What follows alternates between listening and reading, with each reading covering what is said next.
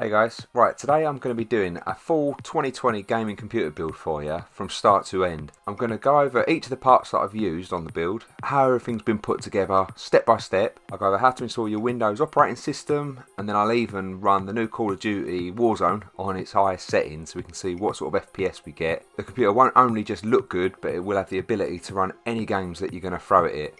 Right, so let's start with the parts that I've used.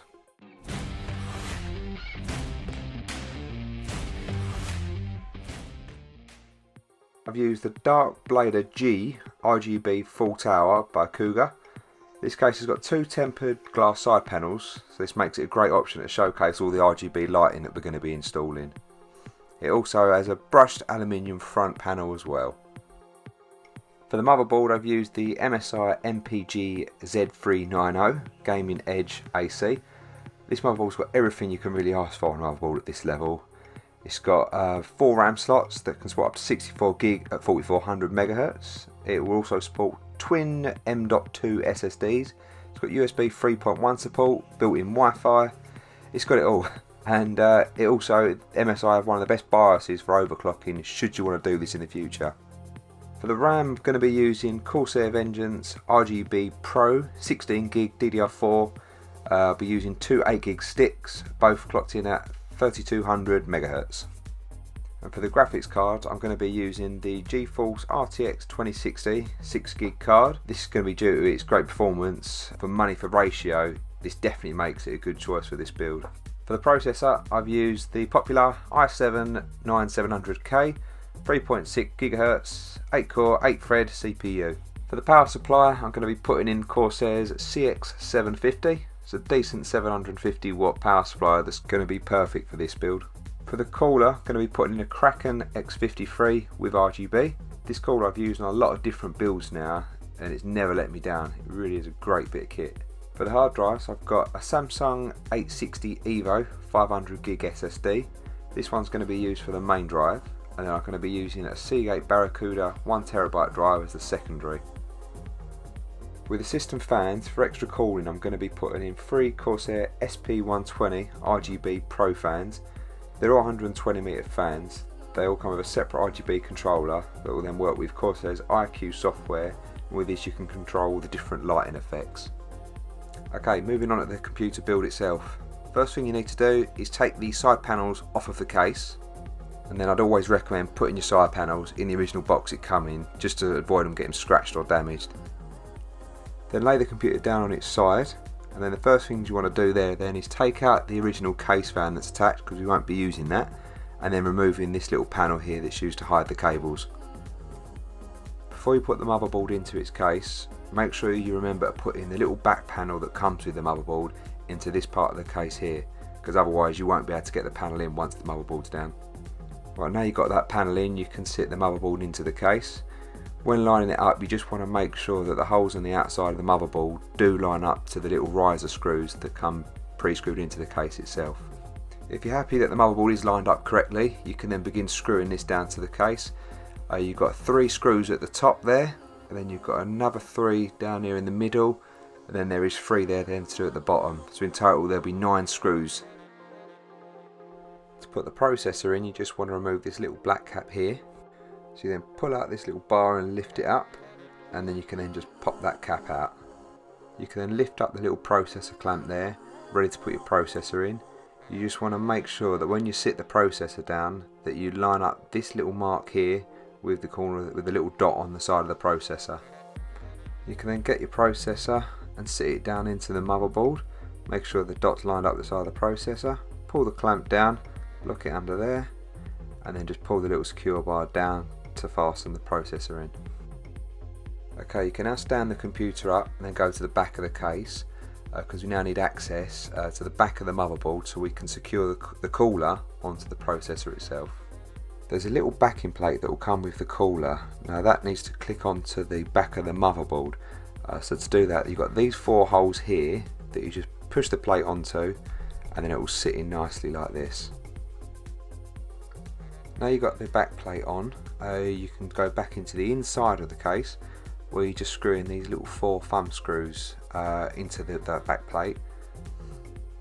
Now they're in, you're able to sit the pump on top of them, To fasten it, you use the 4 little thumb screws to screw it down. You just want to make sure when tightening, you tighten it in opposite corners. So you'll do the bottom left, top right, bottom right, top left, like so. With the pump now secure, you're ready to attach the radiator and fans to the case. With this case, you can put the radiator on the front of the case or the top. I've chosen to do this on the front. Now either way doesn't matter. But to do it, you literally, the screws, very simply, just screw through the case, through the fans, and then screws into the radiator itself. Right, you're now ready to start connecting some of these cables to your motherboard. So what you want to do is just bring all these cables through the back of the case, just you're then ready to connect to the motherboard. So we want to connect the power switch to the motherboard. So you're going to need your motherboard book, and then here it will show you there's the power switch there, pin number 6 and 8. So on there you've got 1, 2, 3, 4, 5, 6, 7, 8, 9, 10. We actually want the 6 and 8 pin. So that is these two down here. I'll just move that. So down here at the bottom right there is where the case switches will connect to. So we get the switch there. So you'll notice they are labelled on there. So you can see there's power SW for power switch. And then we just put that down there on the pins that it told us to in the book, which was 6 and 8. That just pushes on like that. You want to keep the cables tucked out of the way just to keep things neat. And that's it. You're now ready to start connecting the other cables you've got here. So we'll do this one, which is the HD audio. So this is for the audio jacks that are on top of the case. Just look along the bottom of the case there, and you'll find that there will be one there labelled that will say audio. Now if you look out for the pin, there's a pin blanked out there. Just that one there. So when you look on the pins on the case, you want to match it on the one that hasn't got a pin on it, and it will just line up and push on just like the other little jumper there, and then just tuck the cable underneath. Next one we're going to do is this USB cable, USB 3 on there, because the case has built-in USB 3. So we'll just connect that to the motherboard here.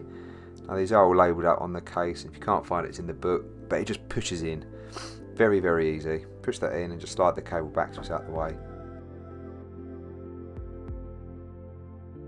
Right, this cable here, this one is for the RGB controller that comes built in with the case for the lighting.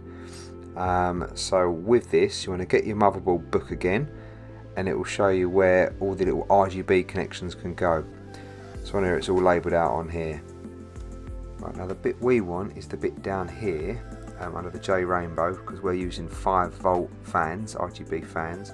So with that J Rainbow connector, it's found just there at the bottom of the case. So if we look down here on the case, which is this one here that's labelled up J Rainbow. So with that, the connector we've got there, we just want to put on the pins down here at the bottom, just making sure it lines up, and then it just pushes on like so.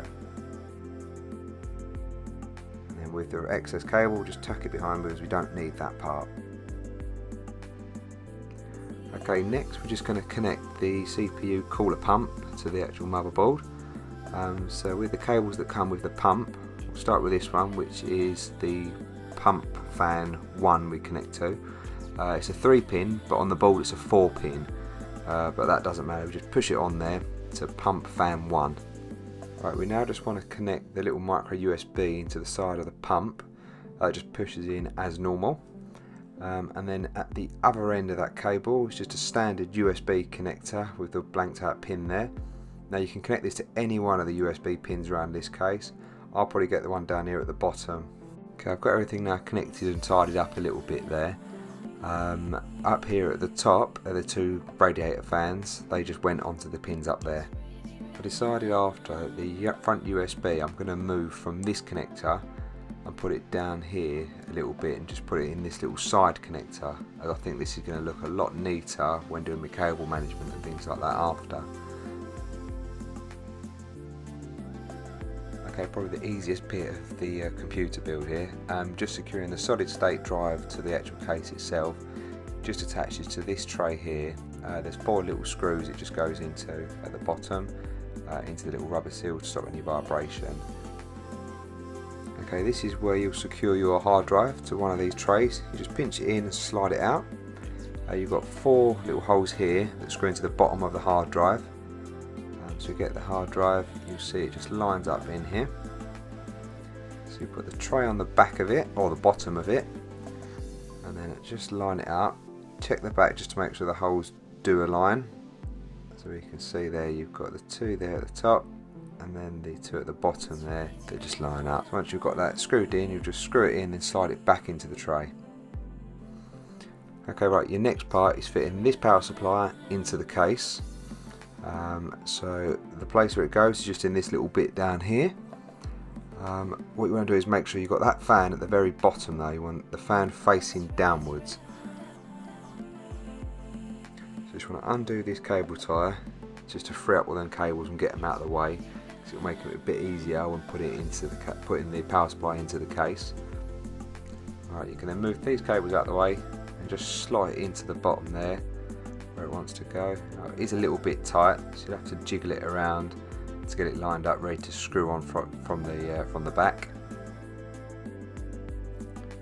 And then from the back, just line it up a little bit more just to get them holes exactly where you need them. Get one of the screws that come with the power supply and just sort of finger tighten it in just to secure it there a little bit. Do the same with the other one. You can just get your screwdriver, tighten them up just so it holds it in nice and tight when putting in the other two screws. Okay, going back to the side of the computer, I had to take the hard drive out as I couldn't get the cables in properly. So what I've had to do is just adjust where the hard drive was seated here. So where the screws went in here at the bottom, I've just had to move the two rubbers up from the bottom up to there on both sides, and then re-screw it because the plugs just were hitting this bar here and it wouldn't click in properly. So now where I've moved it, it can go back in this tray. Click that in, and now the cables, the power cables and the SATA cables are able to connect onto these pins correctly without hitting that bar. So you just want to line it up here with a little angle, make sure it matches, and just push it on, and then you can just tuck that down out the way after. Now in the motherboard box you can get some that have the little 90 bend here.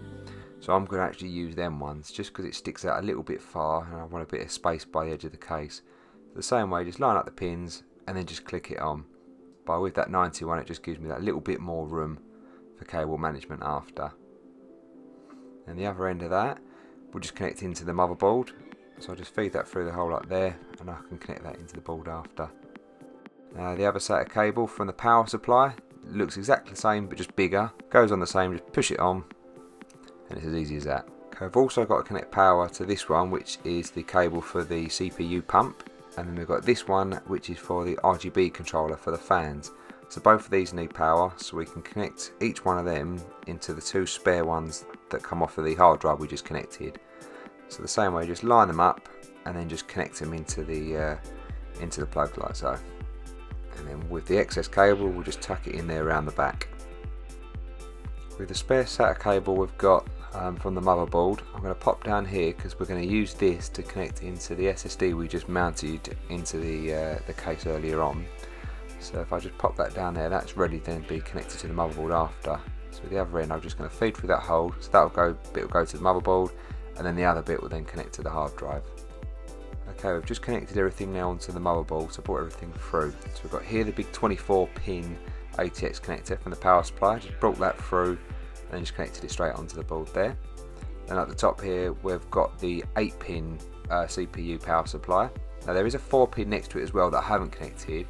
Now that's used for just extreme overclocking. Now I'm not using that on this build, so the 8-pin is sufficient.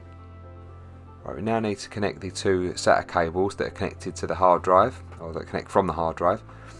You can put these in any one of the SATAs on the motherboard. It doesn't matter what one, but in this instance I'm just going to use the two over here next to each other.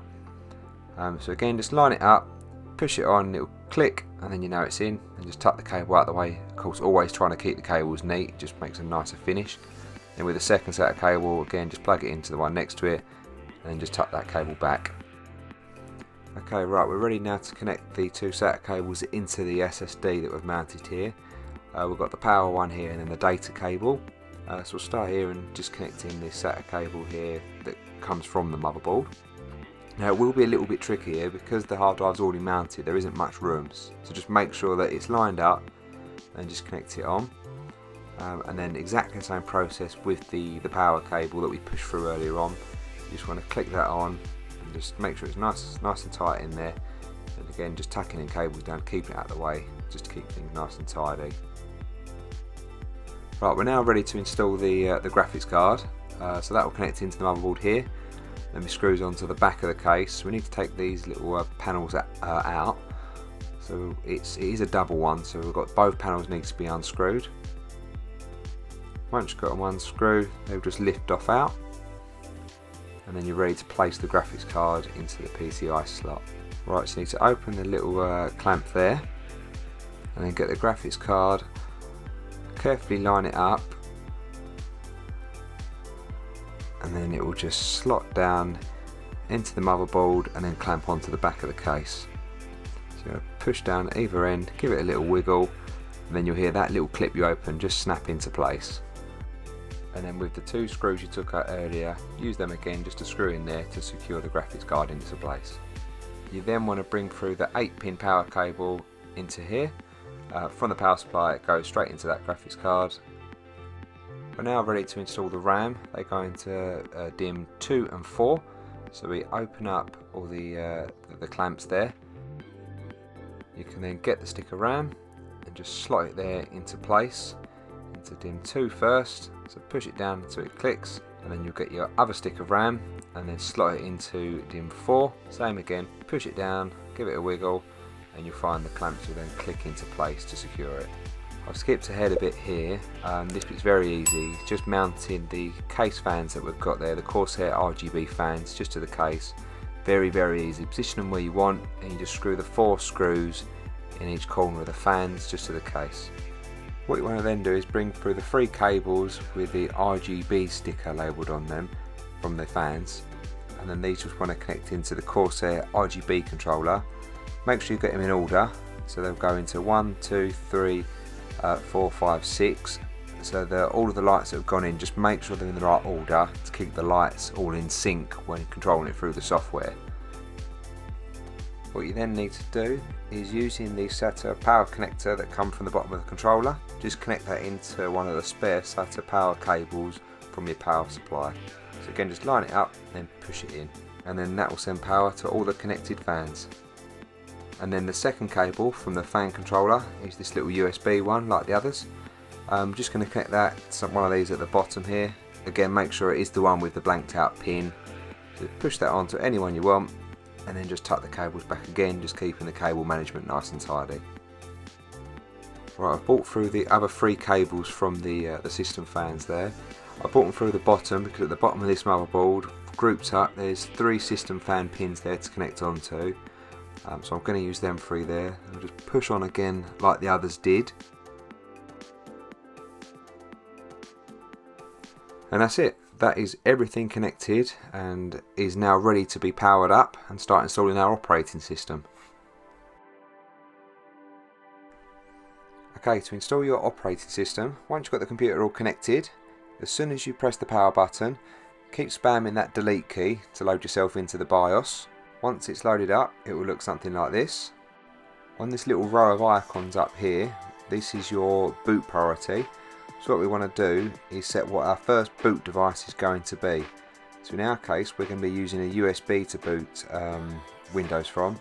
So if we go across, we'll be able to see what one of these is the USB device, which is there. We just drag that to the front, which means it will boot to a USB device which has got Windows installer on there. Once done that, press the X, and then that will tell you everything that's been done there. Press yes to confirm, that will then save and exit. The computer will now restart and then boot to that USB disk that we just set, which has the Windows installation pre-installed onto. Once loaded up, you'll get your 3 little drop down options there. You can just choose your language you want, the time zone you want, and keyboard input. Select what one you want and just press next. Then you're ready to install now. That is going to take a couple of seconds just to load up. Okay, with this next part, if you've already got a product key, this will be where you'll enter it in there. If you haven't got one, then just press that you haven't got it and then just do next. On this instance, I do have a product key, so I'll enter that in, I'll go to the next stage and I'll just skip past. On the next part, we want to get ready to install Windows. So out of these two options, what we want to do is press Custom Install. So then this way we can decide where we want to install our new Windows installation to. So now we've got two options here. The one we want to use is the bottom one, which is the smaller drive, because that one's our solid state hard drive, which is the quicker drive. So we want Windows on that. So we select it and then press Next.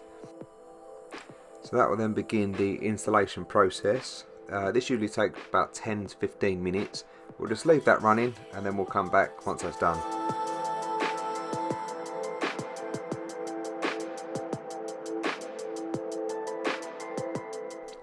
Okay, now that's finished installing, I'm going to speed through all this next bit because this is just where you'll set up your Windows installation. So you can set up your region, your keyboard layout, add your Wi-Fi details in there. Now I would recommend adding the Wi-Fi in because that will start to do any updates and things like that if anything is available. So I do recommend getting that in there rather than skipping that part. But it will also ask you about how it wants to send like, data reports and things like that, how adverts are displayed to you. That's all your own preferences. Set that exactly how you want. It's very straightforward. Just pick what you want and then go through next, next, next, and so on and so on. Once doing all that, I'm going to set up Windows. I'll do a Windows update. I do recommend getting that in on there because, again, any driver updates that are available, it will get them for you. But once that's done, I'm going to set up Call of Duty on here. I'll get that all installed and then I'll show you a bit of gameplay of how it runs on this build without doing any real optimization. I'm just going to set all the graphics on high and then launch the game and see how it looks. Okay, so everything's finished installing now. I've done all the Windows updates and driver updates. Install Call of Duty. So I'm just loading us into a solos game of the new Warzone. All the graphics I have set to the highest they can go. I haven't done any optimizing or anything like that. I've just literally maxed everything out. Now loading us straight in a game of solo Warzone. Get yourself sorted. We'll be deployed shortly. So as we've started in, FPS there looking pretty good. Graphics look sharp. Now it may not do it justice because the way I'm capturing this is I'm using a very old capture card that only captures in 60 FPS and it's an old USB 2 card. So it's not the best capture, but even looking for it on this, it does look very, very sharp. The gameplay is very smooth. I'm quite impressed. The FPS there is staying way above 100 there, which is very good for a brand new title game like this without doing any optimization. That's brilliant. I'll just let that run and you can have a little look and see what your thoughts are.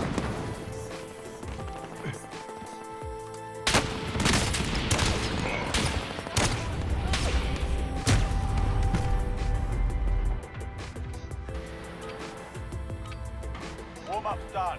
Time to kick this off. Okay, so that pretty much sums up my video there. I hope you enjoyed it or found it useful or got something out of it at least. As I said at the beginning, all the parts I used to build this computer, I will put in the links below in the description. So if you'd like to build the same computer, you'll be able to get all the parts found there.